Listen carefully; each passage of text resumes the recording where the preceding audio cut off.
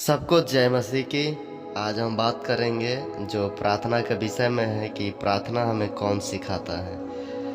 अक्सर हम लोग जब अपने कलीसिया में पास्टरों को देखते हैं तो प्रार्थना करते हुए जब हम लोग सुनते हैं तो काफ़ी प्रार्थना करने का आसान तरीका हो जाता है, परंतु बाइबल के दृष्टिकोण से हम देखते हैं तो प्रार्थना करने के लिए जरूर परमेश्वर का आत्मा हमें सिखाता है। इस प्रकार का पौलुस रोमियो के विश्वासियों के लिए परमेश्वर का वचन के रूप में देता है कि यदि हमें प्रार्थना करना सीखना है तो वो पवित्र आत्मा हमें इस प्रकार का प्रेरणा देता है ताकि हम लोग प्रार्थना को आत्मा के द्वारा कर सकें। पौलुस अपने इस अनुभव के साथ कहता है क्योंकि जब वो मसीह विरोधी था तब वो प्रार्थना तो नहीं करता था, लेकिन जब वो परमेश्वर का दर्शन को पाया तो हम लोग आप प्रेरितों 9 अध्याय में स्पष्ट रूप से पढ़ सकते हैं कि परमेश्वर का वचन में लिखा है वो 3 दिन लगातार प्रार्थना करते रहा, वो अपने पापों से पश्चाताप करता रहा और उसके अंदर पवित्र आत्मा स्पष्ट रूप से कार्य को किया।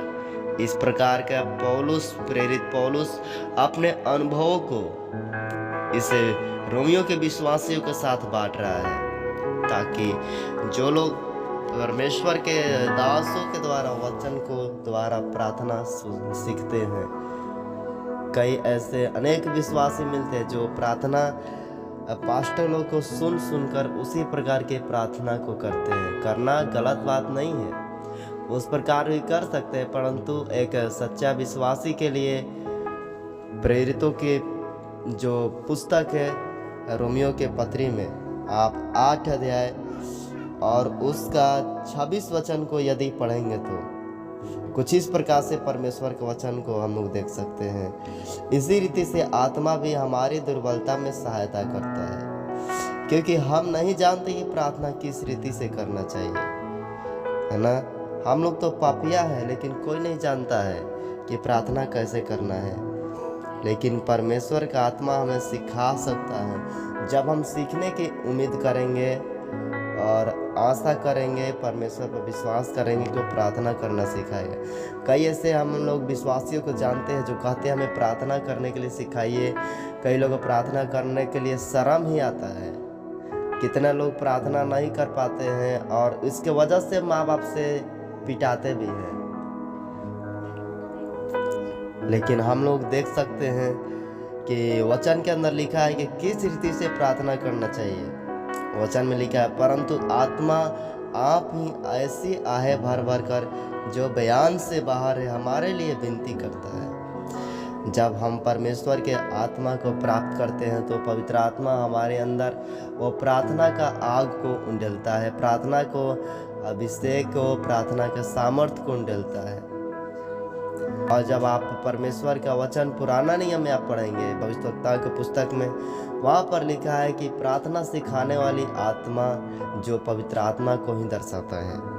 तो प्रार्थना सिखाना ये परमेश्वर का एक बहुत विशेष कार्य है, जिसके द्वारा हम लोग अपना संबंध को परमेश्वर के साथ स्थापित कर सकते हैं, संपर्क को और मजबूत कर सकते हैं।